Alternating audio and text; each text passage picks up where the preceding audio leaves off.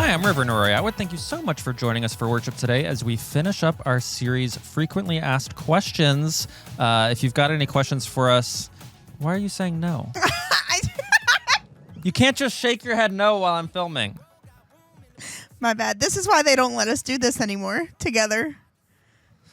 Frequently Asked Questions. If you have any questions for us, it's over. The series is over. We're not taking any more questions. You could leave questions anywhere: email, Facebook, Instagram. We'll always answer your questions. One announcement for you: we've got a Parents' Night Out coming up on Friday. First Kids and the DLC teaming up with the first Friday of every month to do a Parents' Night Out. So register, drop your kids off, go have a fun time, enjoy a night out in the town on Friday night, as long as you pick them up. I can give you a camera. You know, that really made me think, like, if I had kids, I think I'd take advantage of that. Of course I would. I'd drop them off on Thursday and be like, what parents think? Like, why wouldn't I take advantage of that? Can I do it on Thursday? Can I do it on Wednesday? Is it a sleepover? Can they live here? Maybe that's why I don't have kids. We went from start to finish real quick. Yeah. So we also have a number of Lent announcements coming up. Yeah. This is my co-host today, or my guest. Maybe, are you the guest or are you the co-host? I would love to be a guest today. She's my guest, Reverend Nadia Bolz-Weber. And so we've got a number of Lent announcements, so we just wanted to go back and forth with them. Lent is coming up. What do we got on Ash Wednesday? Ash Wednesday, we have 2 services happening. We have one at noon in the theater. Reverend Mitchell Boone will be preaching at that, and really it'll be more of a teaching about what Ash Wednesday is and why we participate in it every year. And then also our chapel will be open for prayer. So during the noon hour. Yes. And then at 7:30 p.m. Sure, that sounds right. Yes. John Bryant, our intern for the year, will actually be preaching his first sermon with us. I think so, yeah. I'm excited to hear that. And what else do we have going on in Lent that people can help? We have so much going on in Lent. We've got so much going on. Lent's 40 days? We've got everything for 40 days. I mean, do you count the Sundays or do you not count the Sundays? Don't get into a theological. I count the Sundays. Okay, then you got 46 or something. Anyway, so we want to make sure that you're well involved for Lent. First of all, we will have a Lent devotional. Ooh. I know. Hey, tell me about that Lent devotional. I sure will. We hope that you will participate. We have home groups, so if you want to participate in a home group, you can email Monica or find the link on our website to participate in that. That will happen in church members' homes. We will also have a pastor leading a small group on Monday nights here at the church. I didn't know that. So if you want to come to the church, you have that group option. And then I know a lot of Sunday school classes are hoping to walk through that Lenten devotional together. The devotional is set up by weeks. So you'll have kind of a bulk of your material about the theme on Sunday to read or over the weekend. And then we actually have daily reflections. Ooh. So you can find it. It keeps it going. It keeps it going. We're going to have printed copies at Ash Wednesday and then at the first Sunday of Lent, and we'll put it online. So you can find it on the website or in emails or however you're connected with us online. But that covers the Lent devotional. Is there a theme? Our theme, yes. Our theme is frayed, the tension between love and fear. Ooh. So our devotion talks a lot about how we feel tension and how God has like kind of an anchor for us to kind of align ourselves with. So whenever we're feeling angsty, God leads us to like a more peaceful place. Look at you. Did you write any of the devotional? No, I was not asked. Maybe for good reason. I don't know. Maybe. The truth comes out. That's not the only thing we have going on for Lent. Do you want to talk about the Lent drive? Yes. So for Lent, we're doing a Lent drive for Crossroads Community Services, which is one of our community partners. And you can donate boxes, plastic bags, and paper bags and bring them to the welcome desk. Yes. And we will store them. And we don't want the boxes torn down. No, leave them taped. We want the boxes still together. Yeah, I get a lot of questions about like what size of box can I bring, and I just want to remind you that the boxes and bags are used for people carrying their groceries home from Crossroads Community Services. So like an Amazon box, great. Trader Joe's bag, great. If you ordered a TV, probably not the best box. That's not going to work. Yeah. I actually didn't really know that. I'm full so I thought because we were just kind of collecting cardboard. Right, but no, That's they're not like what it's for. It's for people bringing their groceries home. Yes, yeah, they like shop at their food pantry, and then they need things. So if you have transport. like moving boxes, moving boxes are a little large. Yeah, I do think that they could like use them, but probably not the bulk of what you should bring. Yeah, but really like Target, Walmart, Amazon boxes, those are the dream. Do you know what else we're doing for Lent? It feels like a test. Yes. I mean, theoretically, yes, I do. Okay, what? I don't know what you're asking me to recall. Name one of them.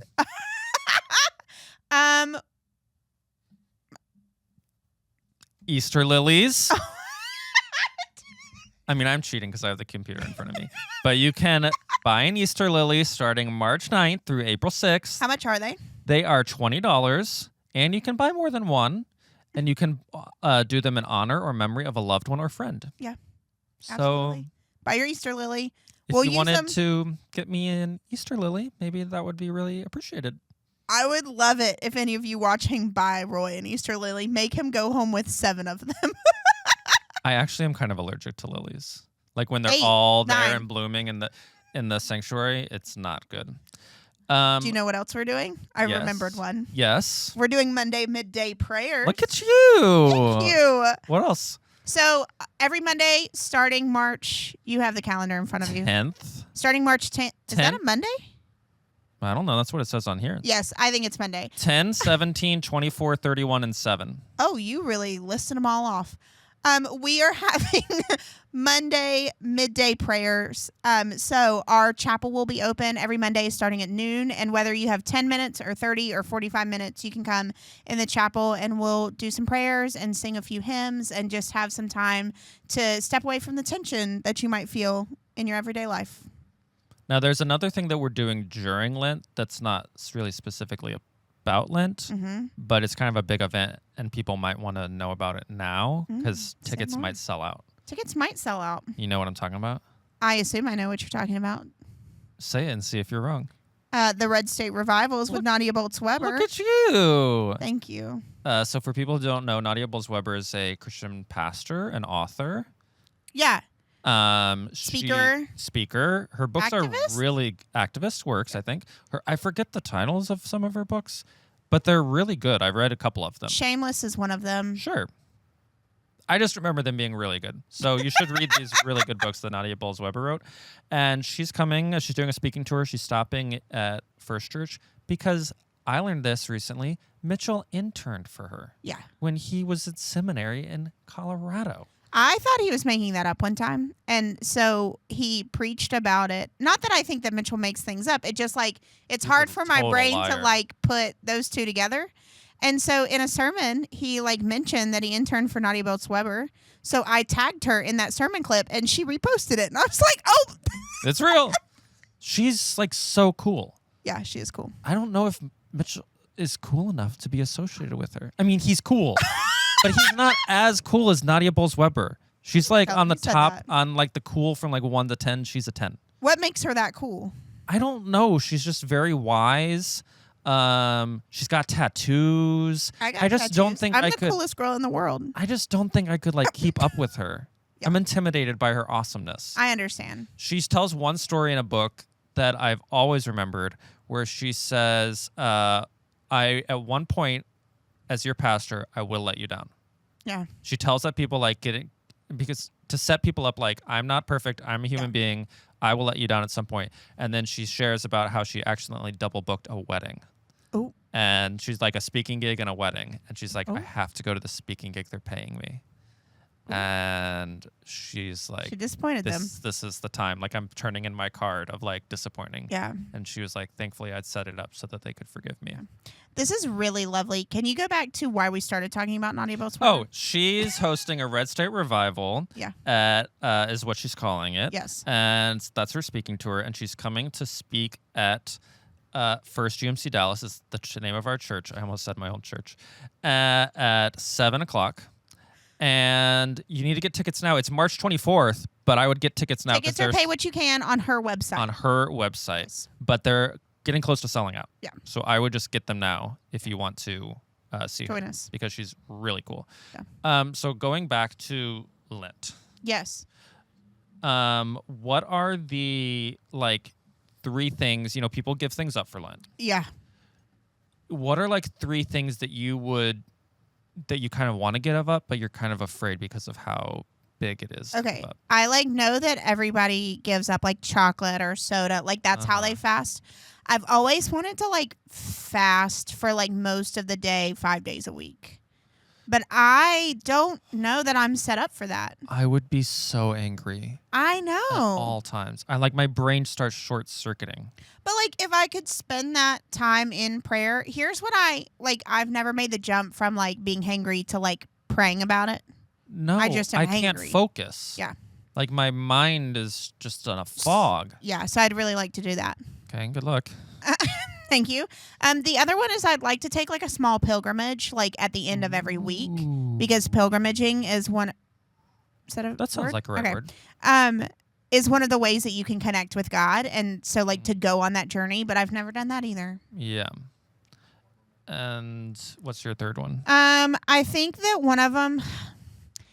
This doesn't work because I'm your communications pastor, but I'd love to give up all technology. I'd love to get a flip phone for Lent and just roll around with a flip phone. You could give up social media outside of work. Yeah, I still get sucked into it because of work though. Well, just don't look at it unless you're on the clock. Yeah. This applies to our recent episode of Studio 3A about work-life balance. I know. What about you? These are things I'm not going to give up because at least mine was I'm going to try, but yeah. What I should give up is cookies. You're a cookie monster. God, I love cookies so much. It's unhealthy. We recently had crumble cookies. You know about crumble? Yes. Have you been under a rock? Yes, I have. Okay. They're really good. Yeah, they are. 2, I want to get more steps. I'm all about my steps. Yes, you love. And I like to get 10,000 a day, or average 10,000 for the week. Maybe could I get to 11,000 for the week? I mean, that's a whole 12,000 for the week? Yeah. That's a lot. The weather needs to improve if I'm going to do that. Number 3, the thing that nobody thought I could give up, but I already have, and I'm already successful at it, is Twitter. Can you give up something for Lent if you've already given it up? Well, yes. That's the rule, and I'm making it up now. And because I'm very much obsessed with Twitter, that's where I found my news. Yeah. I learned Where's a your lot. life? Yeah. And, Roy and Twitter. I posted a lot on Twitter, and I just got... Oh, you're not famous anymore then. No, I'm not famous. Yeah. And I just got tired of the news because politics and Luca leaving just made me very sad. Yeah. And so I just gave it up. And my fiance is like, I think you've still been checking it. Mm-mm. Wrongo, mister. Why do people give things up for Lent? Now that we're talking about doing it. I put you on the spot there. Yes, you really did. So one of the reasons that we give things up for Lent is that Lent is a 40-day journey. And if you fast from something, you can have an intentional spiritual journey with God by giving up something that's in your daily life. Yes. And the goal is that you're not just giving it up to give it up, but that you are putting a spiritual practice in as you're giving it up. Yes. And the root is it used to be, I think, that Easter was the primary day that people would get baptized. And so this was a process of purification, cleansing yourself for baptism. Yeah. God's grace has already poured over me. I don't think I need to cleanse myself at all. So I'm gonna eat cookies. This week we're finishing our FAQ series. It's been a great series. It has. I really think the sermons have been really I think I'm going to ask Mitchell to do it every year. I don't know that I'll win, but I'll throw it out there. This week we're talking about Christian nationalism, which is a really interesting issue because it's a really important issue of not conflating our religion with our patriotism, which is a really big thing that a lot of people do. Yeah. But also, are we just painting a broad brush of anyone who disagrees with us is a Christian nationalist? I mean, I guess we'll find out. Yeah, that's not what we want to do. Right. I think Mitchell, he'll thread the needle. I think he'll land the plane. Yeah. I think he'll do a third analogy that really nails home this point of three things. Yeah. Thank you so much for joining us this week. We hope you enjoy worship today. Let's go.